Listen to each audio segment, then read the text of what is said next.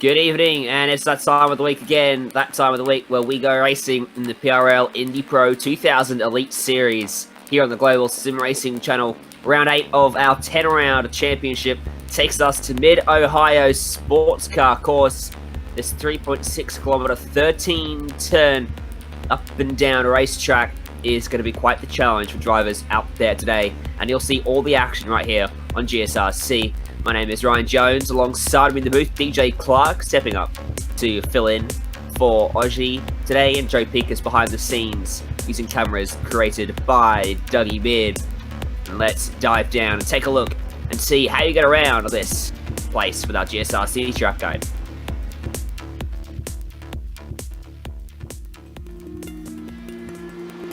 Welcome to the Mid-Ohio Sports Car Course. Located halfway between Columbus and Cleveland, Ohio, this track has become a road racing staple in the Midwest. Despite its name, one of the biggest events of the year here is usually the visit from IndyCar. The full 2.25 mile version is what is most frequently used, but it also includes a chicane layout and a short course. While each one officially has 13 turns, they do have distinct differences. The chicane layout was the only version for the first part of its history, in which the keyhole included a bus stop style back and forth jink on its entry. The short course simply bypasses the whole keyhole section altogether. The various turns have some rather famous names, such as China Beach with its downhill braking, inviting you into its eponymous sand trap, or Madness, which is a single file set of S's with drastic elevation change. There's also the carousel, and this more than 180-degree turn offers a variety of lines that can be taken. Perhaps the most unique feature of the track is that in the real world, starts are rarely taken on the pit straight. Instead, the green flag is given along the backstretch where an extra flag stand sits.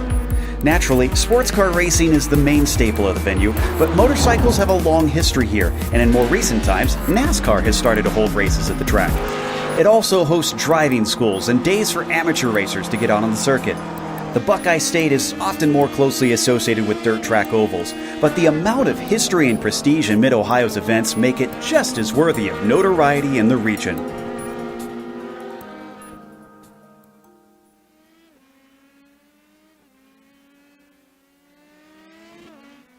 Welcome back to Mid-Ohio's sports car course. A look there, thanks to our track guide at how you get around here. But DJ, what more can you tell us about this racetrack? Well, Mid-Ohio is one of the absolute gems in the American road racing circuit. Some of the names on the circuit corners are synonymous with fantastic moves and a great history of racing, from the Keyhole to China Beach to Thunder Valley to the Carousel. This has been one of the homes of IndyCar for years, and as we see these Indy Pro cars come onto this circuit, the big thing to keep in mind for these drivers is going to be elevation change. There's a lot of undulation on this track and a lot of cresting right at the point of the apex of the corner, so you've got to be really careful getting the power down as you come through some of these windy sections. Going to be a little difficult to pass, but don't be surprised if we see some good moves coming into turn 2 where the Keyhole, or also down the long backstretch into turn 4 and around China Beach. Definitely plenty of places to overtake around this track, and as always, we're going to see it all thanks to SIMMSA. Simulation Motorsports Infinity provides many consulting services, from completely customizing simulators to managing teams, individual drivers, and complete events. They're working hard to bring organizations, companies, manufacturers, teams, and drivers together at one place to support and promote sim racing internationally. They're also bridging virtual and real motorsports by providing a network between these two, involving sim racers, real drivers, teams, managers, engineers, and of course, motorsport fans alike. You can find out more about how you can get involved at SIMMSA.net, and you can have one of those glorious ad reads yourself. You can get your company involved with the Global Sim Racing channel, because with over 1 million impressions each and every month, it is a fantastic opportunity to get your brand seen by quite the large audience. Just head to the link in the description to find out more about that. But let's have a look at how our championship looks then. After completing 7 rounds, our driver standings are heavily weighted in favour of Greg Sykes. 33-point margin he carries, even after his troubles at Gateway over Declan Eady. Nicholas Delp sits third ahead of Mark Mcdonald and Joshua Chin. What about the team standings, DJ? Well, Rust Racing still has over a 50-point lead on the rest of the field, but Team Talent 3 wide finally able to break up that Rust Racing 1-2, edging them out by 2 points. In fourth, Motorsports, followed by Team Talent back with 72 points down. Definitely very tight in both championships. There's 2 rounds to go. There's still an opportunity for those orders to change around. Now, our race details, same as we've had all season long, but give us the refresher course on what to expect. Well, here at round 8, it's going to be a 45-minute race. That should roughly break out to, I would estimate, 35, 36 laps. It's open setups. Everybody can have whatever setup they want. Only cap is at a fuel level. There's going to be a maximum amount of 6.89 gallons in these tanks. You get a drive-through at 11x, disqualified at 20x. Obviously, bonus point for pole, fastest laps, and if you manage to get away with 3 incidents or less. Alrighty. Well, let's have a look at qualifying then.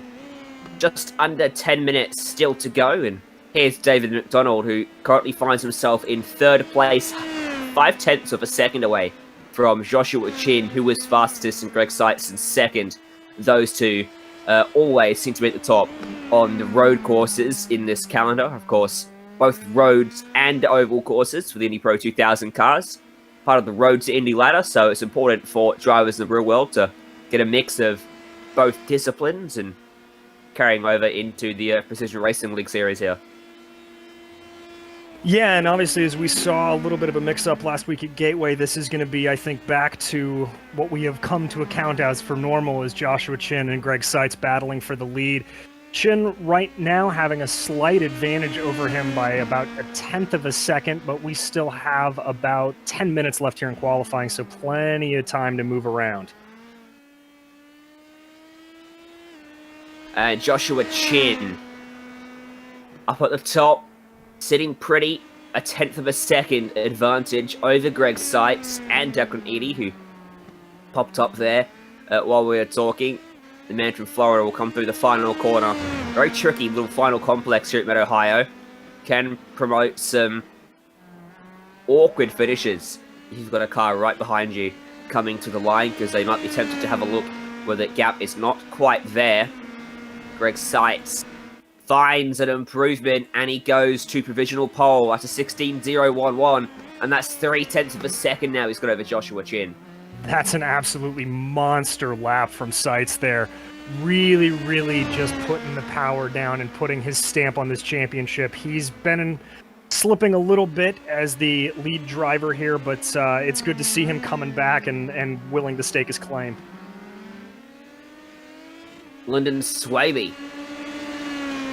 16th at the moment, needs to find an improvement. He does, goes 12th, immediately pushed back down to 13th and make that 14th.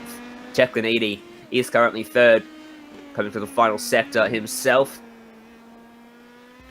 And as he crosses that crest right there, that's one of those moments I was talking about. As you make the approach through Thunder Valley, as he now comes into the carousel, you have to be patient on the throttle. Make sure to not get any wheel spin, not spin the car out. You really have to just sort of listen to the car, let the car dictate where it wants to go. This is not a track you can manhandle. As he comes out of the final corner there, trying to manhandle it a little bit and getting a little loose. No, that time registered for him, unfortunately. David Soror, what can he do? As Seitz goes faster still, and he'll stay 4th. David Soror, 15.9 now for Seitz. And here comes Chin down through Thunder Valley, hoping to be able to pip Seitz here. That tricky left-right complex through the carousel. Let's see if he can make a... Does not have the time. It looks like he's way off the pace. Yeah. Warm-up lap or cool-down lap for him. He'll gear up for an attempt on this lap that he's beginning now. Still a couple drivers who've yet to set a lap time. Nathan Lewis and Michael Overbay. Mitchell Ian Green does have a lap time, and it sits him in 9th place at the moment. That is not the fast way through that corner, I don't think. And it's not. It's a 1 minute 26.9, so he's gearing up for a lap as well. Declan Eady, outside row 2. this is his 5th lap of the session. He had a warm-up lap last time by, and this lap is a 17.1, so he's made a mistake. It's 7 tenths away from his previous best. Bob with Chin here. This is a good camera shot. Show you the elevation change of the circuit. Yeah, that wonderful crest, and here you go right there. You've got to feather that throttle, come down once again through Thunder Valley. This is one of my favorite parts of the circuit. The shade really can throw you off a little bit. You have to be right on the limit coming in here into the carousel. As you can see, Chin losing it just a little bit. You've got to be careful on the brakes there as well. This elevation change will throw even some of the best drivers off as he crosses the line, not fast enough. Still 5 minutes for him to find that improvement, though. Starting second isn't disastrous either. Over the course of a 45-minute race. Starting 5th place might be a little bit troublesome, though, as you start to potentially fall into the clutches of the mid-pack, where plenty of disaster can strike. Mark Mcdonald is in 4th. He's jumped ahead of Declan Indy. He's going to come to our favourite crest on the circuit. One that catches me out every time as a driver, and almost caught him out as he snapped sideways, entering, had to save it. That'll cost him all the way up to here because it's flat out. Indeed it is, as he comes through the carousel. It's a deceptive corner. You think you want to take that completely tight on into that curb, but that's not the fastest way, as that little snap from him cost him just a little bit. 5th fastest for Mcdonald.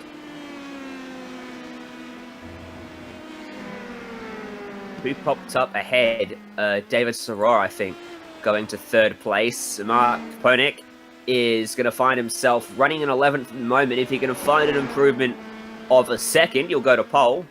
More realistically, if he can find half a second, he'll find himself 6th or 7th. Let's see how this one stacks up through the last corner, sweeping onto this little straight. Not really the main straight. 17.086, fractionally slower than what he's already done. That's where the finish line's located at Mid-Ohio. On iRacing, it is where the start line is too, but in real life, the start line is often coming out of the keyhole at the top of the circuit and on the big, long main straight, which incorporates turn 3 as a bit of a kink. Yes, on both IndyCar and IMSA, that's what they like to do, having that longer area to get up to speed, as we see Sirach crossing the line, unable to improve his time.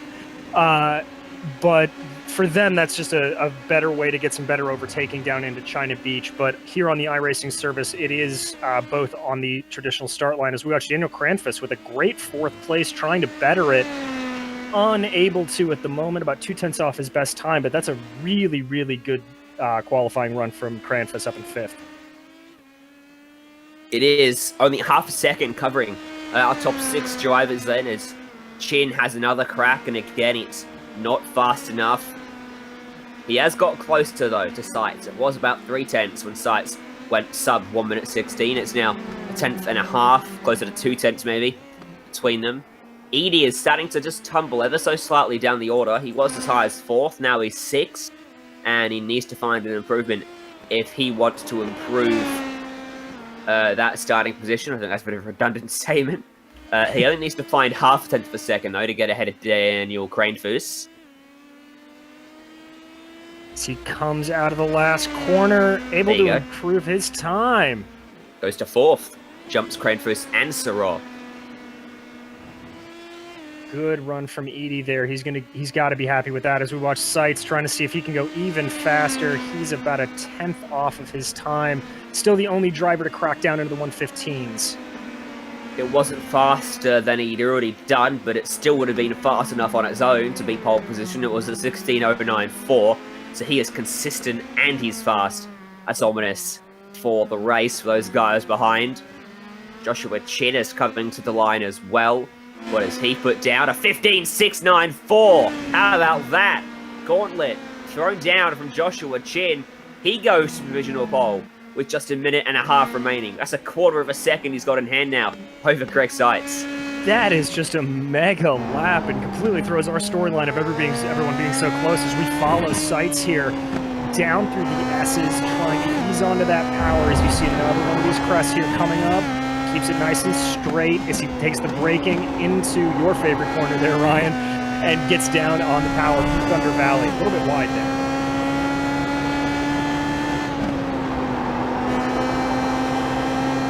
Car trying to understeer away from you as you come through here. He's going to set himself up for the late apex, get the power down, and hit it full throttle through the last corner and to the line.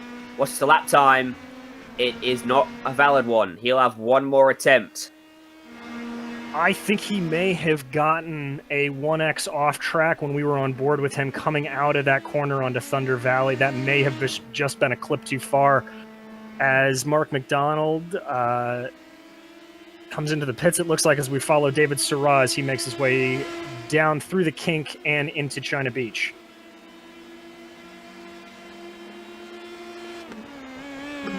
Got a car in front of him, that's Andreas Ike. Shouldn't be holding him up at this point. No, I wouldn't might think give him so. A handy tow, though, down this next straight.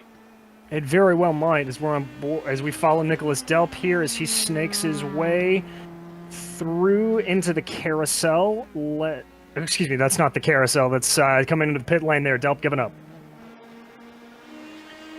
Greg Seitz is coming into the final sector.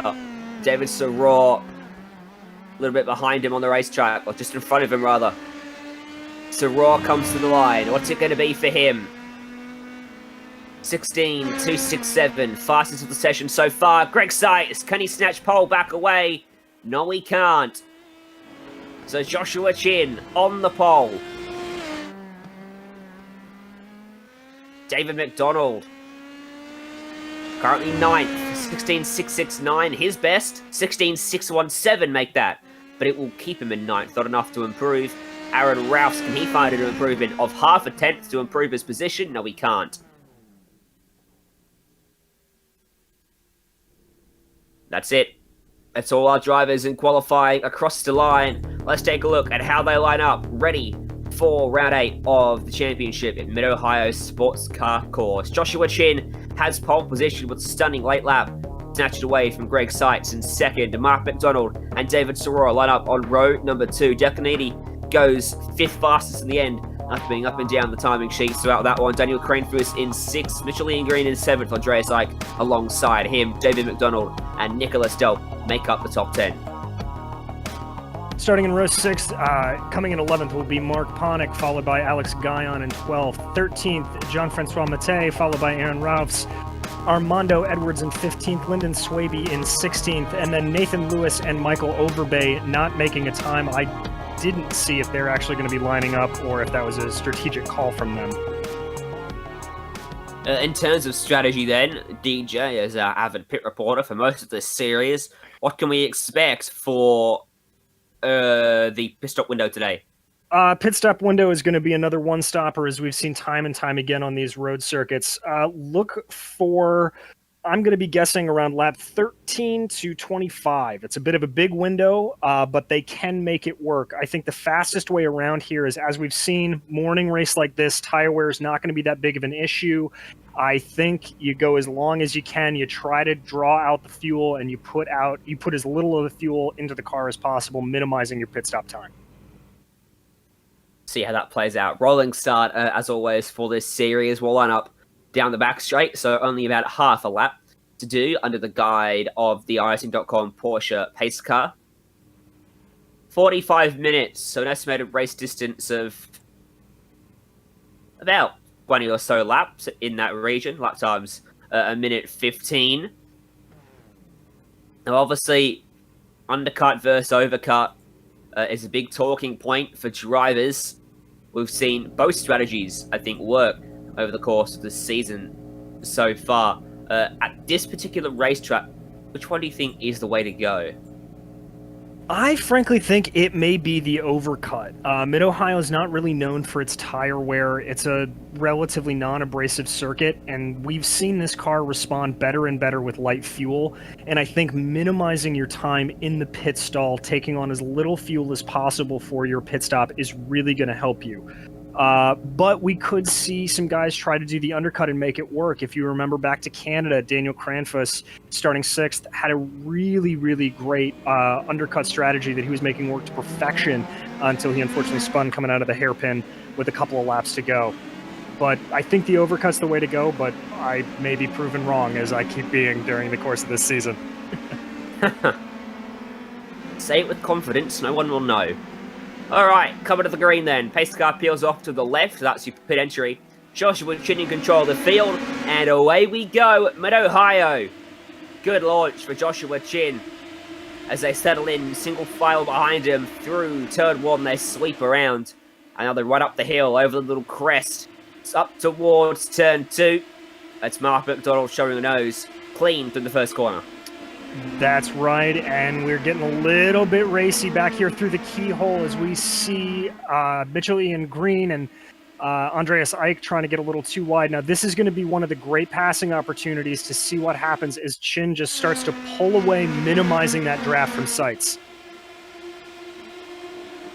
That's key. He had a couple car lengths in hand, which served him well down the straight. Soror slides across the front wing of Decanidi, very close to contact, just holding on to that 4th position from which he started. And now over the back of the circuit, up and down and back and up and down we go again. Over the crest. This can really decide whether you keep your position or not when it comes to the last couple of quarters on the circuit. Side by side, Mitchell Ian Green and Andreas Eick. Eick able to find himself one spot higher up, making that one stick. Running now in 7th place. And as we continue to go here, Chin just pulling out that gap, as I think that was Sights running a little bit in the grass, just trying to get a better angle through turn 1. Chin at the outset of this race looks like he's got this in hand, but as we've talked about, this is a tricky track. You can make a mistake very easily here, so do not count anybody out as we continue to go along. To the top 2 there, relatively calm. Battle is for 3rd place. Behind them, Mark Mcdonald has got David Soror. Declan Edie for very close company. Soror had a little look up at turn 2, wasn't able to find a way to get the overlap and ended up losing out come the exit of the corner. See slightly different lines being taken across the top of the hill, highest point on the circuit right there.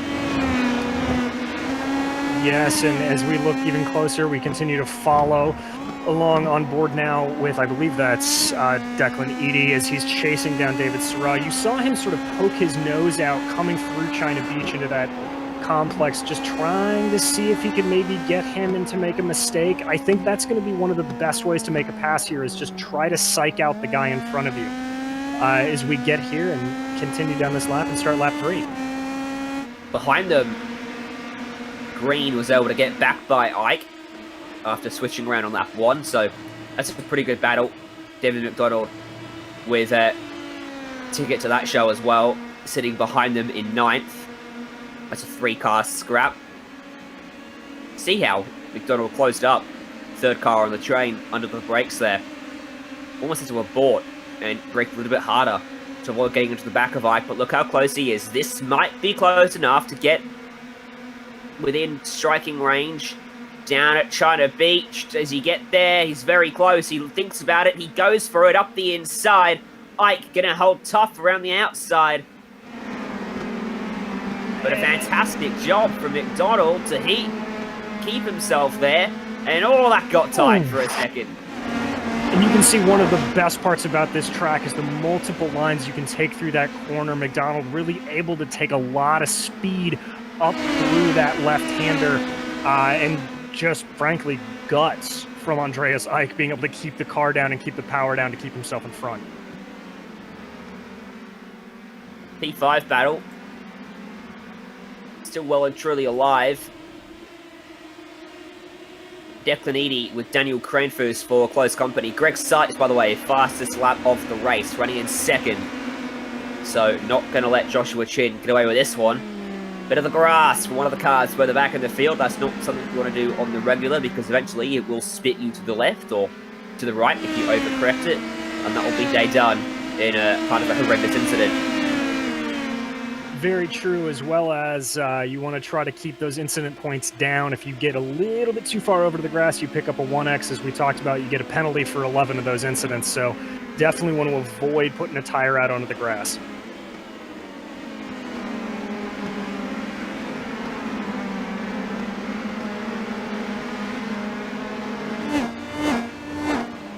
That's a cool shot. I've been keeping an eye on Mcdonald here. He was right under that rear wing of Andreas Eick up through turn 5 and 6. Just fell away through the Esters. Won't be close enough to make a move into these final 2 corners, which, yes, it's possible, but it's not the #1 place in the racetrack to make it happen. You don't wash off much speed into the left, and the natural racing line is quite defensive into the penultimate corner, so it is a little bit tricky unless the driver in front makes a mistake. It certainly is, and you know, really the 2 best overtaking opportunities you're going to have on this circuit are going to be right where they are right now, as you see Mcdonald go a little bit wide there, maybe trying to get a different line, get a better run on Andreas Eick. So that's your first best opportunity into turn 2. And then down here into turn 4, as he's starting to close up a little bit, he may try to go for another move here. Dives to the inside, gets him into the corner, but Eick fights back once again. Oh, and he gets a little bit wide. That's going to let Eick pull away. Oh, he gets into him, turns him around. And there's contact. By Mark Ponick as front wing parts go flying. Ponick left with nowhere to go as Eick was stricken just off the racing line. And that'll be day done for Mark Ponick. Replay on board with him. Really just unfortunate incident here for Ponick as he comes through. He can see the battle taking place up ahead of him. You can see the tap right here. Eick goes spinning round. Eick just trying to get it back, and Ponick nowhere to go, just slams right into him. 50-50 guess on which way to go. He guessed wrong. Unfortunately, they're the margins in racing sometimes. So back to live pictures. This is Armando Edwards and Aaron Ralphs. These guys are scrapping away for 10th position. Ralphs trying to fend off Edwards, and car just in front of them is Alex Goyon. He was a little bit quicker last time by, so he's got the pace advantage over that duo behind. Edwards might be about a car length too far back here to make it work. The draft effect really becomes powerful at the very end of the straight, so it can look for a while like they're not close enough, then suddenly they get very close and they have the look, but if you're just too far back, it won't work at all, really, as we saw there from Edwards behind him. No, it won't, and with the low downforce levels on these cars, that draft, he takes a little peek there trying to get around it.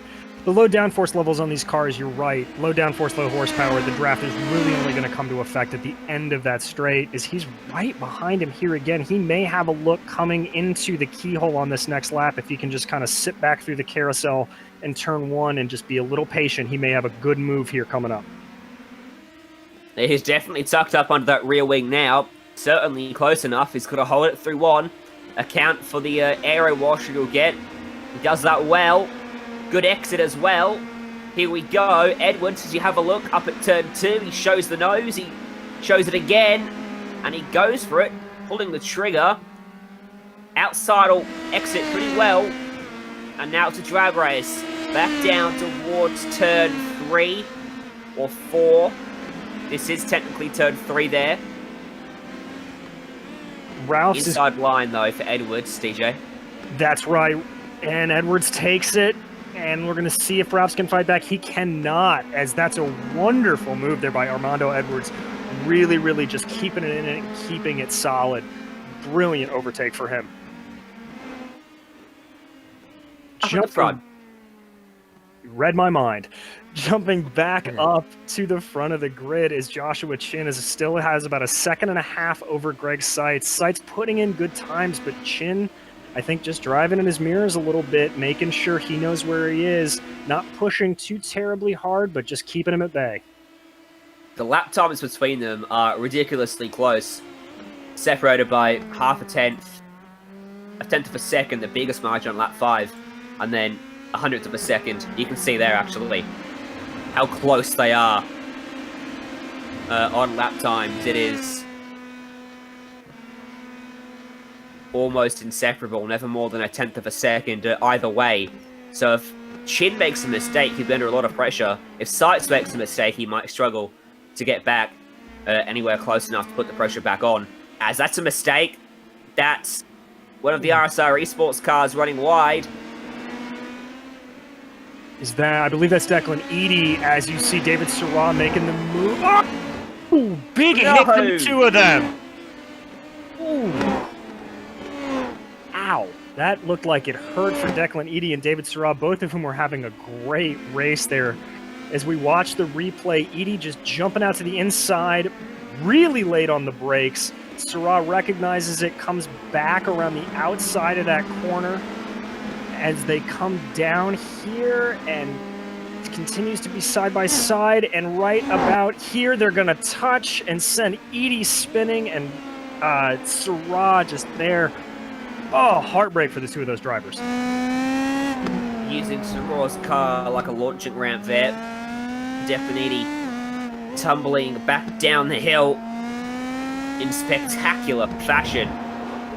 Just got squeezed. And watching that replay from Eady's onboard, I hate to use the phrase, but I think he's the victim of a little bit of netcode there, as it looks like that contact initiated without visual contact. Definitely could have been a little bit more room given though, either way. And if I'm definitely Eady, I'm hoping I'm not running a VR situation, and if I am, I'm definitely closing my eyes for that tumble. As we head back to live pictures, Daniel Cranefuss, Mitchell Ian Green, still locked in combat. Last time by, Cranefuss 17.98, 17.5 for Mitchell Ian Green. So he pulled in by 0.4 of a second. He did, and I wasn't watching to see where he made up the time, but if you look at that different line that Green takes through the carousel, taking it a little bit wider, it's the longer way around the corner, but it's able to get him on the power faster. As we look back, it looks like Andreas Eick actually able to get repaired and come back on circuit. That very much surprises me. He'll hang in there and try to pick up some points in his own championship quest. Every little point can make the difference when you get to the end of the season. But it will be a long, hard road to the checkered flag from here, with still 32 minutes left to go, and it's already a lap down as a result of that. Aaron Ralphs, Nicholas Delp, P9. Nicholas Delp trying to hunt him down. Ralphs has gained 5 spots in this race. Delp is where he started.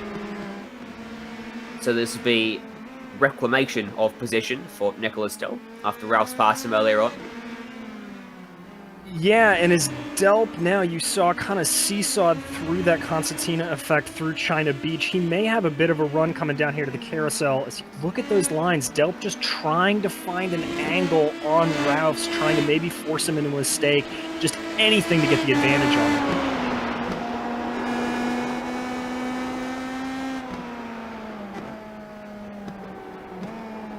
On board, looking over the left shoulder. As Ralph's able to get a little bit more distance away from Delp through the carousel into turn 1. Ralph's may be safe, at least for a corner here. We'll have to see how much Delp can close up coming down that back stretch.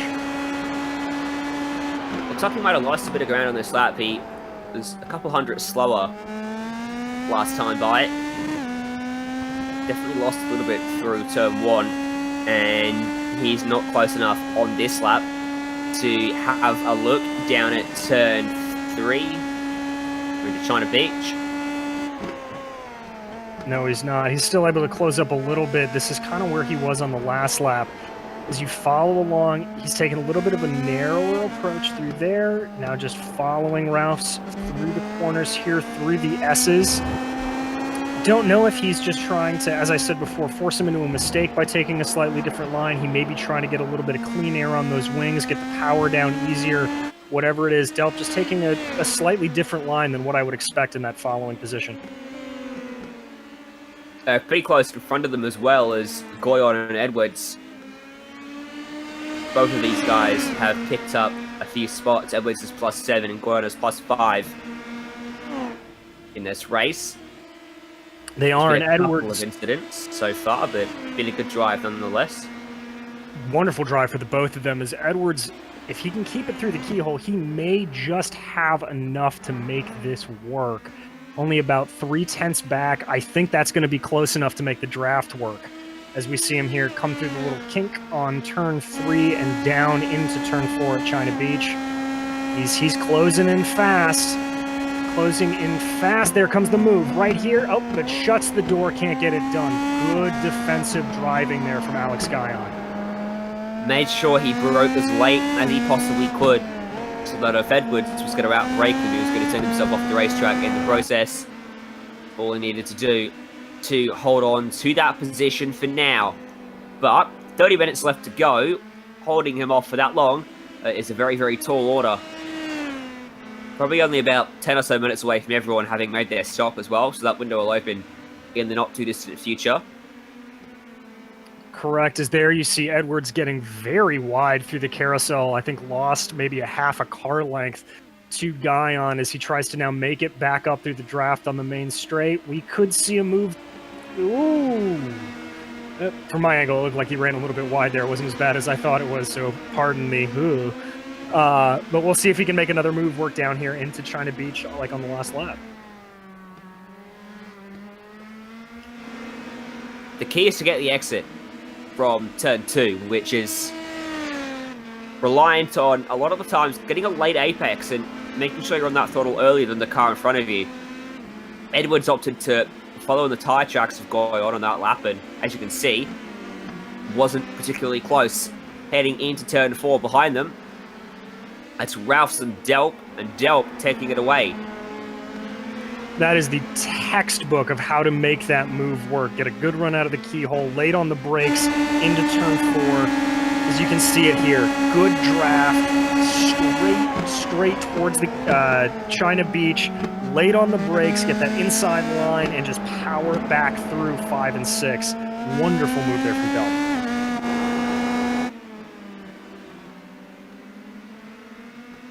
Gap at the front is out to 2.5 seconds now. Chin is starting to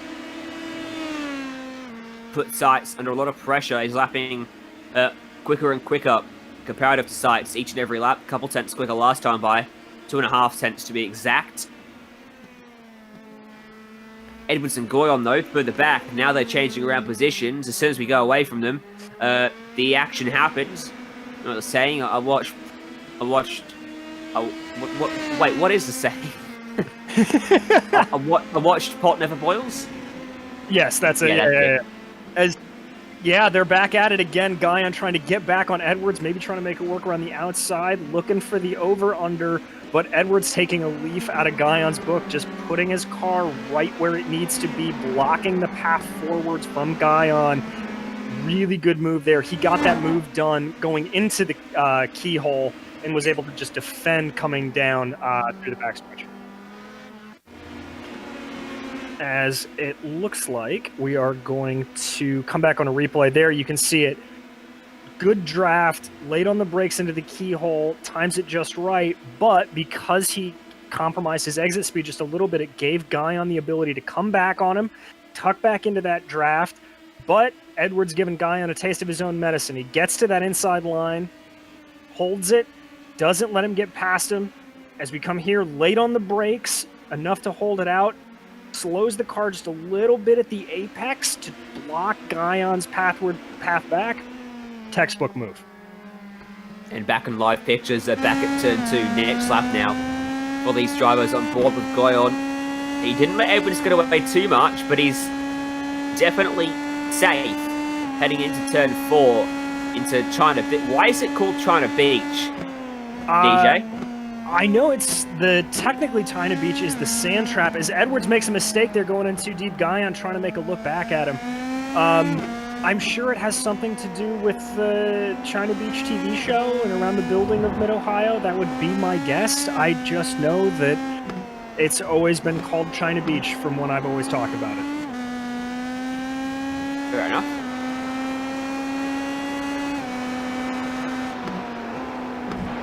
sure Google can help me out there. As we saw Edwards just bowling a little bit wide down at turn 4. It put him on under a little bit of pressure. But thankfully he was on the inside for turn 5, so it wasn't much of an issue. It wasn't, and our director pointing out to us that it's also thought to be called China Beach because you will end up in China if you go off there with the deep downhill that sand trap takes. So that's another meaning of it. It's a lot like Camp Corner at Road America, that no one really knows exactly where it got its name, but that's its name.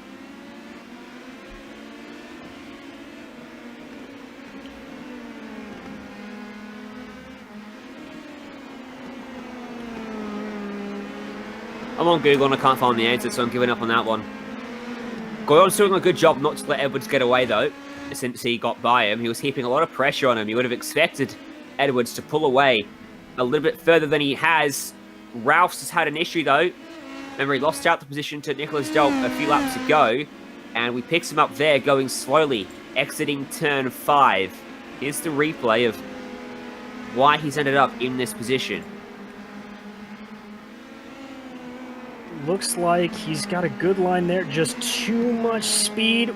That's the problem we were talking about at the beginning of the broadcast. You put the throttle down too early through turn 5 like that. You get it early on that crest of the hill, and the car's just going to want to spin right around you. It's a tricky, tricky track, and you can never, ever take your eyes off the prize here.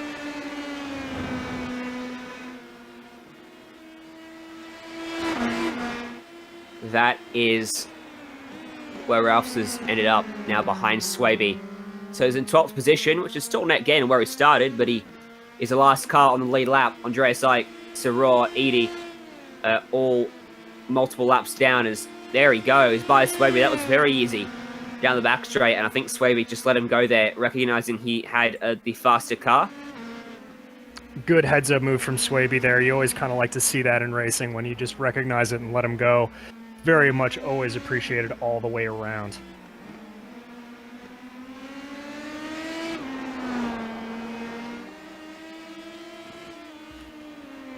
You know, they say it's because the sand is from China.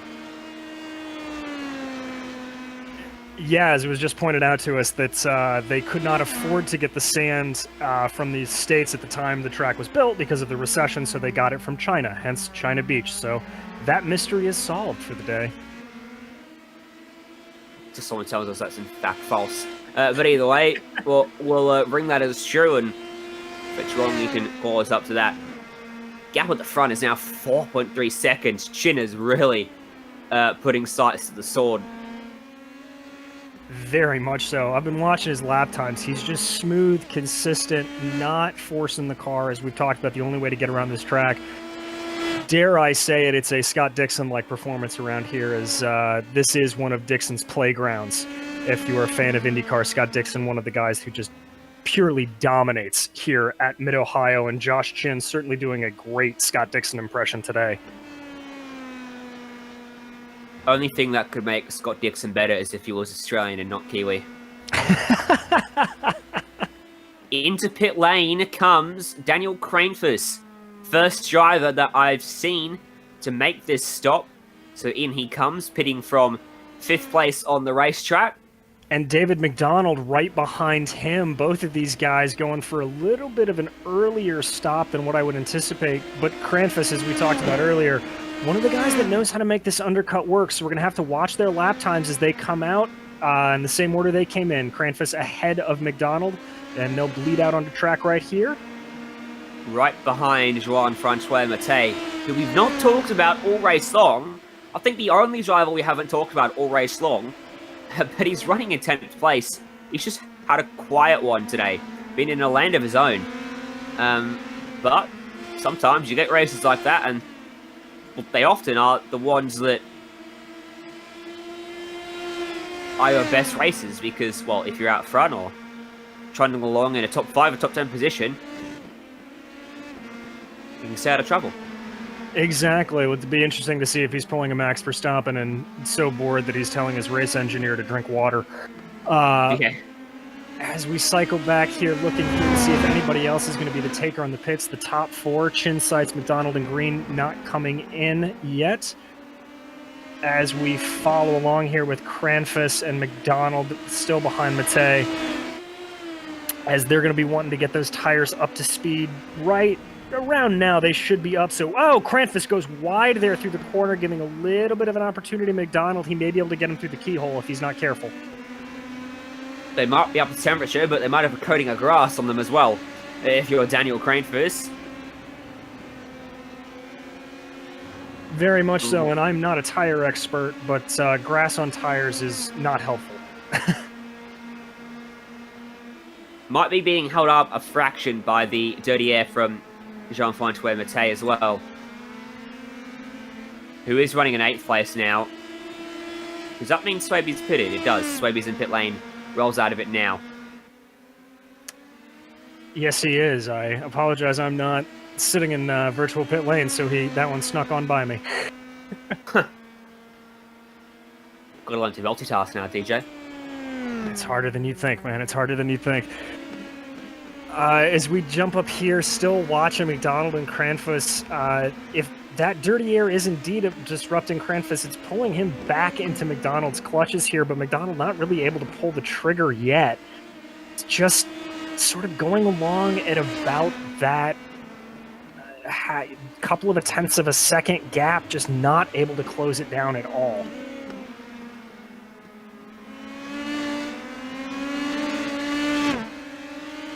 Yeah, McDonald's just got to try and shake up what he's doing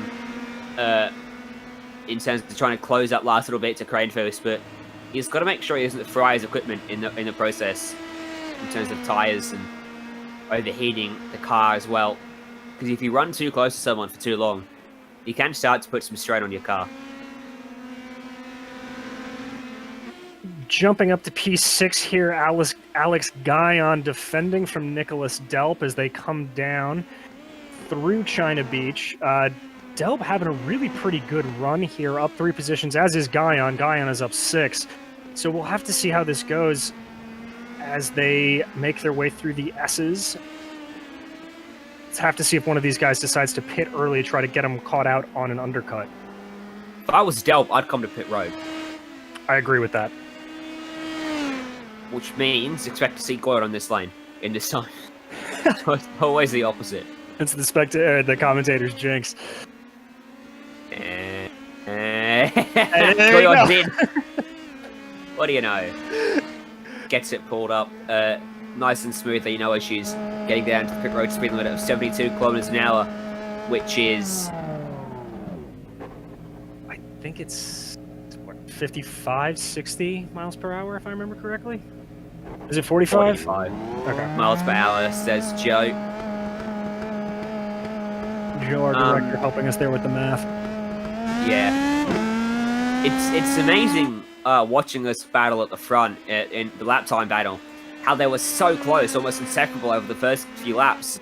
But now the margin just seems to be getting bigger and bigger and bigger. 8 tenths quicker a lap or two ago was Chin. And Chin coming into the pits now. Yeah. So this is going to be the deciding factor, I think, to see what happens. He's coming in on lap 22. Obviously, have plenty of fuel to do it. Sights staying out. Mcdonald looking like he's staying out as well. We're going to have to watch Chin very closely. Up, getting new tires, and he peels out of the pits there, blending back through that slightly awkward pit exit back onto the track. As who's that sweeping around him? Is that Michelin Green? So this might hold him up just a fraction until he gets by him, which might actually happen down at turn 4. Green hasn't pitted, of course, so he's not fighting for position technically, but they are both on the same lap. No obligation for Green to let him go, but if he's smart, he won't battle him here because he'll hold himself up as well in his own quest as he covers the inside line. We could, again, be seeing a little bit of team tactics as Michelin Green and Greg Seitz are both Rust Racing drivers, just trying to block Josh Chin up a little bit as they come through the S's. It's definitely holding Chin up, and I will also say Chin has to be a little bit careful going through this section is the tires are just about now up to peak temperature, so you're going to lose a little bit of time as Greg Seitz now in the pits as well. The bad news is unless his outlap is absolutely disastrous for Chin, there's no way he loses the lead of the race straight away. He had almost a 7-second margin when he pulled it into the pit lane as Seitz comes in, falls into his box with his car angled back towards the fast lane. There's little things that make all the difference. He comes out nice at the straight, and that's the margin. Pit lane comparison, almost identical between them. And that just superior driving from Chin here, that really good rhythm just paying massive dividends for him as he gets out of turn 2. Expect to see Mitchell Ian Green in on this next lap. I doubt he's going to try to go longer, as we see Jean-François Mattei coming in as well, hitting out. Chin? Go ahead. Sorry, Chin's definitely lost a little bit of ground. He's still behind Mitchell Ian Green. He's actually further back than he was, so I think we could say the dirty air's definitely playing a factor in this, because on outright pace, Chin's the fastest in the field, but right now, not working out for him. Tyres might be just coming up to temperature as well. A good example will be in a minute. Once Seitz crosses the line, I can compare the outlaps of both drivers. For Chin, it was a 1 minute 35.416. Now, Green, what does he do? He's going to come into the lane, and that will unleash Chin back into some clean air. His first full lap was a 1 minute 17.0. Seitz's outlap was a 33.693, so almost 2 seconds quicker than Chin's outlap. Very much so, and Mitchell Ian Green playing a great job there, just holding Chin up just a hair. We'll have to see if it plays in and can actually help Seitz start to catch Chin, but one way or the other, definitely hurting Chin in the long run. That first flying up of a 17.0 is a second slower than the lap times he was doing right before he pitted, which was a 16.0, 16.1. That's the effect of the fuel on these cars, I do genuinely believe. You get down to low fuel loads, and with as light and as aerodynamically limited as these Indy pros are, light fuel levels can really, really make a difference. Certainly right about that. That's Delp and Mattei. Now, Mattei... That's Goyon, sorry. Graphic throwing me off just a little bit. Yeah, continuing their battle. Got to keep you on your toes. As it looks like Delp trying to think about that move on the inside, not close enough to do it, but he's going to stick with him right through here, see if he can force a mistake, as we've seen many guys making a mistake through that tricky turn 5 complex.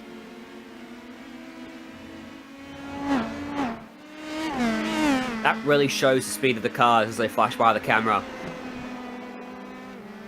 Coming up and over the crest, 150 k's an hour, miles per hour there, 120, 130 almost on approach.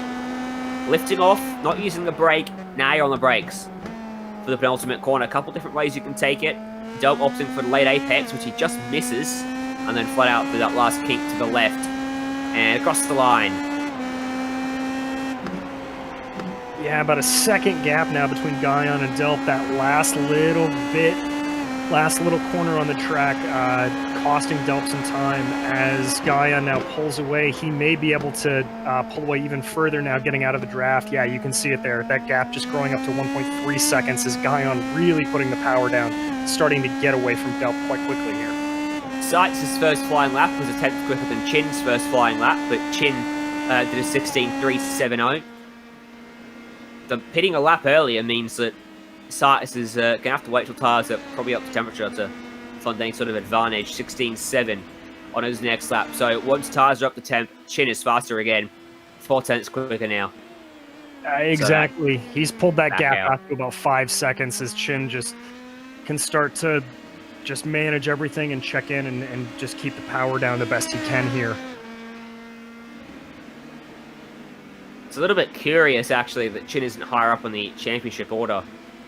He's just had things not quite go his way at times this season, and it's really hampered him. He's 5th in the championship. He's clawed his way back into the picture, but he's 43 points adrift. even if he wins the last 3 races today, next week, and the final round as well, he would need something to go wrong for Greg Sykes, akin to what happened at Gateway. Good news is that for him, our final round is at Lucas Oil Raceway. We know the ovals aren't the strong suit of Greg Sykes, but neither are they particularly the strong suit of Joshua Chin. So it might be an unknown heading into that finale. Declanidi was second in the points. He's had his issues today. Jelp's back there battling for about P10.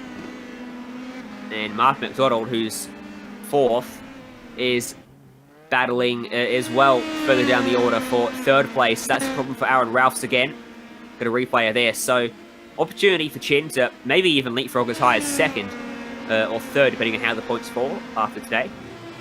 That's right, as we watch this replay from Ralphs. Is that Ike behind him, I believe, is just coming up nice and easy here, goes in, and it looks like he just overshoots into the keyhole. Was fortunate not to drift out into the tyre bundle there, which would have done a lot of damage to the back of that car. Probably torn off that rear wing. So he'll continue on. Still running in 12th position, last car on the lead lap. 2 laps down is Andreas Ike in 13th, 4 down for Soror. Edie and Koenig 17 and 21 laps down, both retired. Soror and Ike are still on the racetrack, but yeah, multiple laps down. They're not finding any progress unless someone else runs into issues in front of them. Exactly.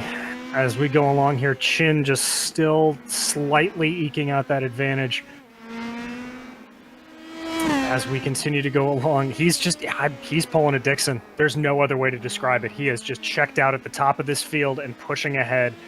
Great drive here from Joshua Chin with about 10 minutes or so to go. I'm going to estimate that to be about 7 laps.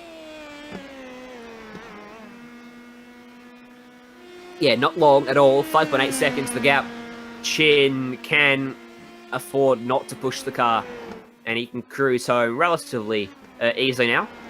Can't afford to lay off too much, but definitely not under pressure. 24 seconds the gap back to 3rd place. So even though Sykes is 6 seconds away from Chin, he's still in a league of his own. There is Green in 3rd. He's only got 2 seconds in hand over Kranefuss. They're about a 10th away on lap times. He can't afford a mistake. Otherwise, Kranefuss will be right there with him. Both these guys have picked up a few spots. Green's up 4 and Kranefuss is up 3. David McDonald runs in 5th and he's up 4 spots as well. I'm bold with Kranefuss as he runs over the crest. Yeah, Kranefuss really benefiting there from that early pit stop. Wasn't sure if it was going to work for him or not, but once again, he's sort of proving the lord of the undercut here. Just making it work for him as looks like he may be able to reel in Green by the end of this race and potentially get a surprise podium if he keeps on the way he is.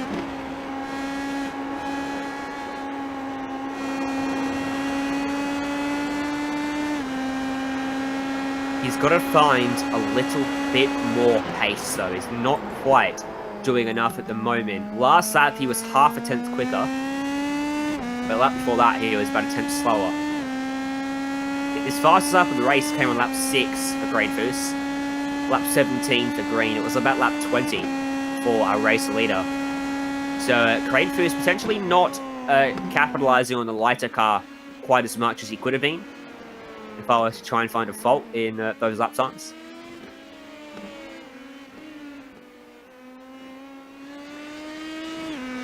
Yeah, he's just a little hesitant over the throttle, I think, trying to preserve. Would be his best position, his best race of the year so far. So I think for him, he's just trying to eke in on it and do the best he can. Fourth place for him, obviously not a bad result by any stretch of the imagination. 6 minutes to go now as we look back to David McDonald running in 5th, 2 tenths slower than Kranefuss up the road in front of him. In fact, a tenth quicker last time by. Lap times definitely ebbing and flowing between all 3 of these drivers. there is a chance they could all climb on top of each other at the end of this race. But I don't think at the moment that any of them are anywhere near close enough to be putting a lot of pressure on the next guy up the road. They are the closest battle on the racetrack, though. No, they are, as most of the other gaps we're seeing are at shortest 3 seconds and at longest, well, Michelin Green sitting 20 seconds back from Greg Seitz as he continues to lose a little bit of time to Joshua Chin there.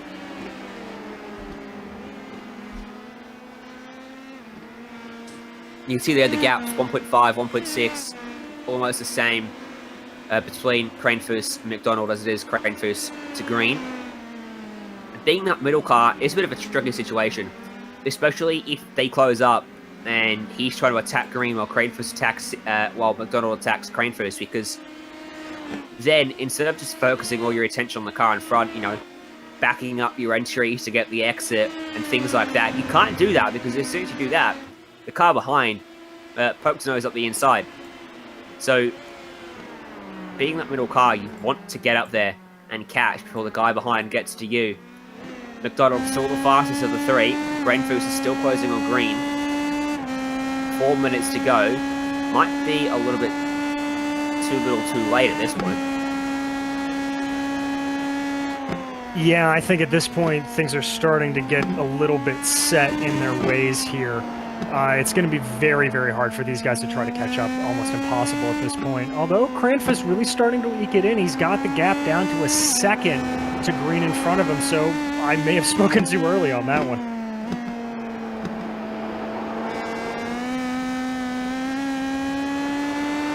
Looking back from the gearbox, Kranefuss makes a mistake. Green's got Andreas Eick right in front of him now. That'll slow him up just a bit through this final sector. Eick is 2 laps down, don't forget. Aaron Rouse is also 4 laps down now, so he's made it just 11 cars on the lead lap, has our race leader Joshua Chin. Through turn 1, that'll hold Green up just a bit. Ooh, a little bit close on the exit of the corner. 17.397 for Green, 17.8 for Kranefuss, so not a good lap for him.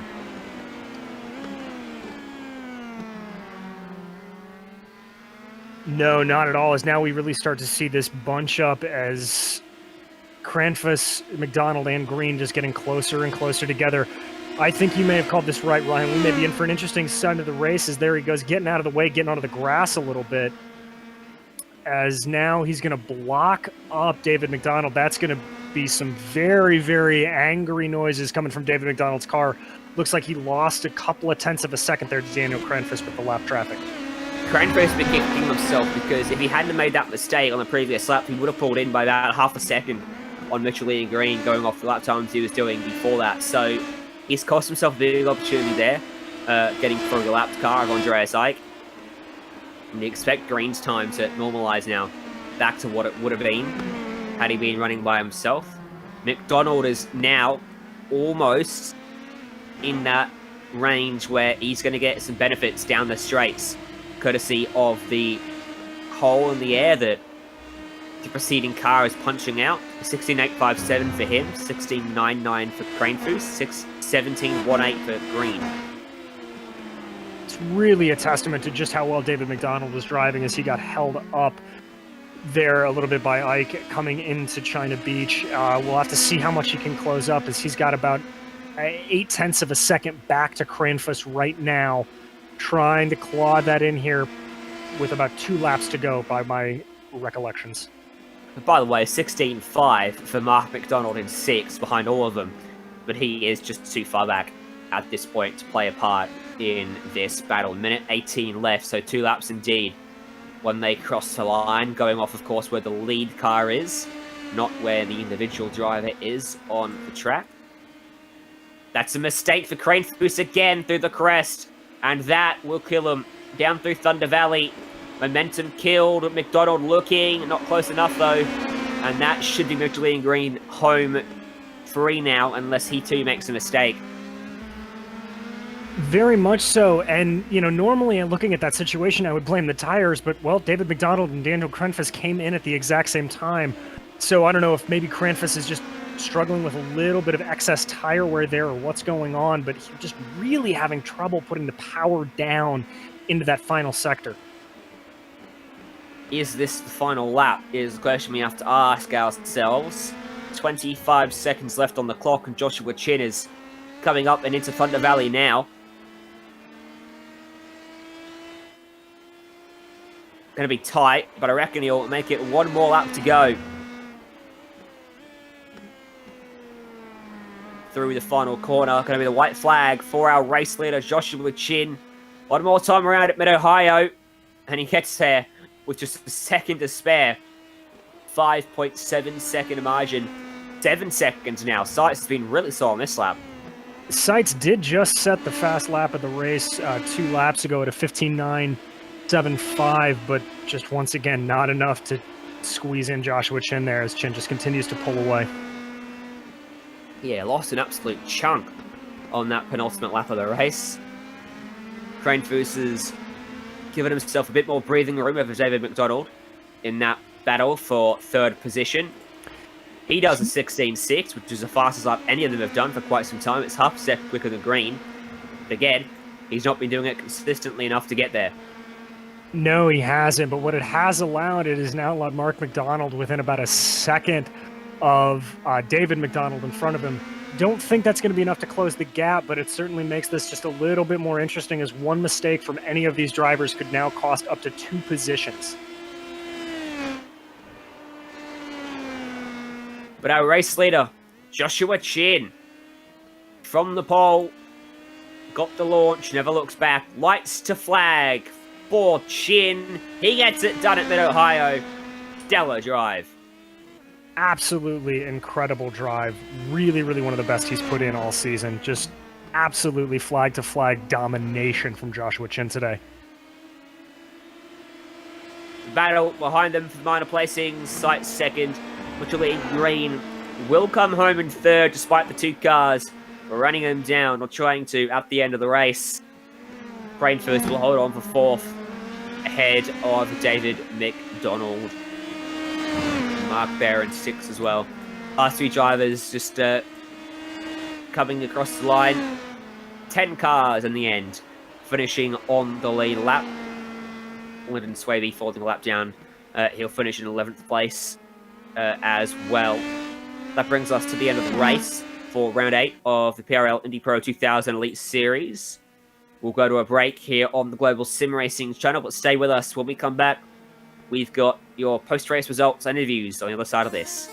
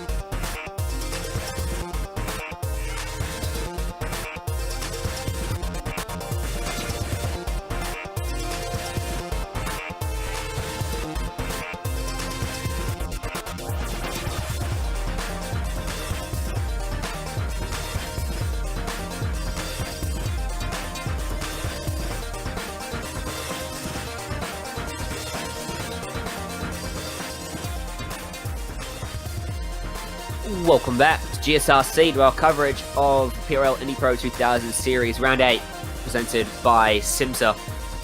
And here are your full results at the end of the 45-minute race. Joshua Chin 7-second winning margin. Driver of the day for sure. Greg Sykes home in second. Mitchell Ian Green in third. Daniel Cranefuss and David Mcdonald making up fourth and fifth. And then Mark McDonald home in sixth, ahead of Armando Edwards. Alex Goyon in eighth. Nicholas Delp home in ninth. And Jean-Francois Mattei finishing in 10th place as the final car on the lead lap. That's right. Lyndon Swaby coming in behind Mattei, and then Aaron Roofs, Andreas Eick, David Serra behind him, and then Declan Eady and Mark Ponick both failing to finish the race due to contact is throughout the race. Nathan Lewis and Michael Overbay not so much as starting it. Nice to see them in this race. Let's have a chat then. 2-hour race winner, the man that came into today fifth in the championship, will certainly leave a little bit higher than that. Congratulations. That was a very good drive. Lights to flag. Thank you. Greg gave me motivation in qualifying. I guess he felt threatened and wanted to play games. So I decided to give him reason to feel threatened, pulled by 3/10. And the race was just as well as it could have gone. One or two little mistakes here and there. But overall, I think the best I could have gotten out of that for sure. It was interesting looking at the lap times between you two. At the start of the race, you were almost inseparable. The further we got in, the quicker you got, and the margin between you two in terms of pace got bigger and bigger.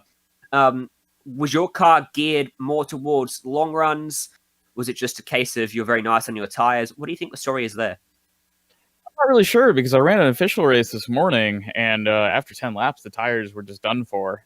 So going into this, I knew that tires were going to be a problem, but I was pushing the whole race and really didn't fall that far out of the ones and twos. Occasionally a 3 and a 4 with a mistake, but the lap times were consistent, and I wish I had an explanation as to why, because I really don't know why.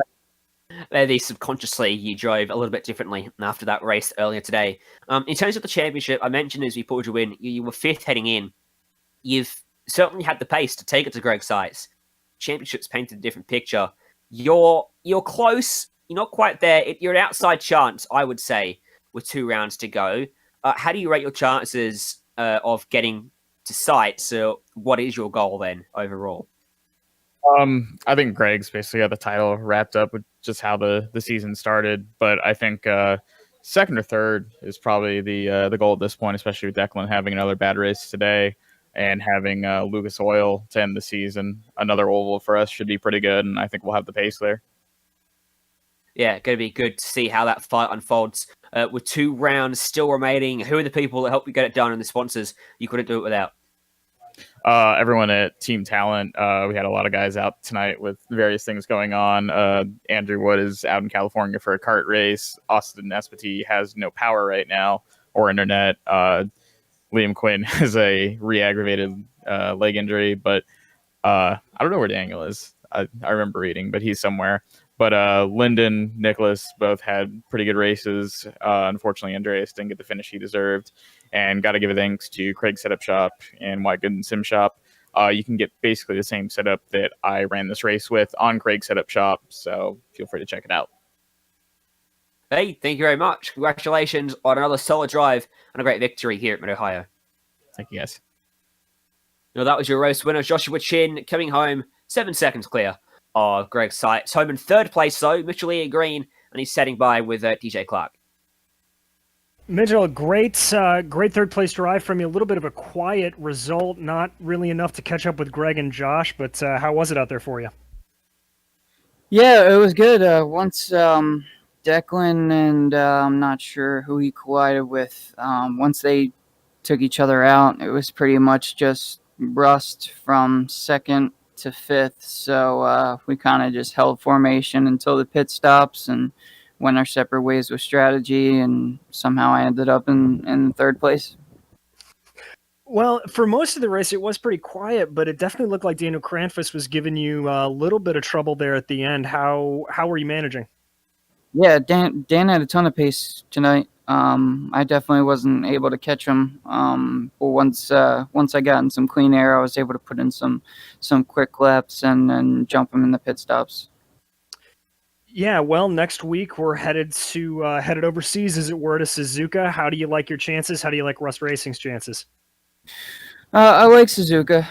It's obviously a legendary circuit. This car doesn't really do down. Like it's not really like a downforce car, at least the way that I think about it. But we had to pack it on for this circuit for the first time this season, and it handled okay. So I'm betting that we're probably gonna have to do something similar for Suzuka as well. So should be interesting. I got you. Well, before we let you go, anybody you need to thank tonight? Yeah, I just want to thank my team, Greg especially for showing up. He had a pinched nerve in his neck tonight, so he wasn't even sure if he was going to show up, and he still showed up and took home second place despite that. So props to him, and thank you for my whole team. They really helped me with the practice and the side-by-side stuff. Thank you to our sponsors, SIMMSA and ButtKicker, PRL, of course, for putting this all together. You guys for broadcasting, and my family for watching always. Well, thank you, and congrats again on third place. Well, Ryan, it was the race that we were kind of hoping for. It was a Scott Dixon-inspired race, as we kept saying as it went along. Yeah, stellar drive. No one was beating him today, and he'll look to carry that form into the final two races of the championship. But it brings us to the end of our broadcast today. Thank you, of course, to SIMMSA, who promote the series and sponsor it all season long, and Precision Racing League for putting it together, and the companies that give us all the software and hardware for our broadcasts, and June Lalonde provides the music. You can see the screen for how to get a hold of all of them. A team with me today as well, Joe behind the scenes and DJ next to me. Thank you to you two for being here for this one, helping put on this show. If you want to find out more about GSRC, you can find it at globalsimracingchannel.com, or you can check out our social media on Twitter at GSR Channel, Facebook at Global Sim Racing Channel, and Instagram at GSRC_Graham. Don't forget to subscribe to us on YouTube so that you don't miss a moment here on GSRC. For upcoming races, check out what we've got on your screen and mark him down. But for tonight, thanks for joining us, and until next time, race clean, race hard, and we'll see you on the track.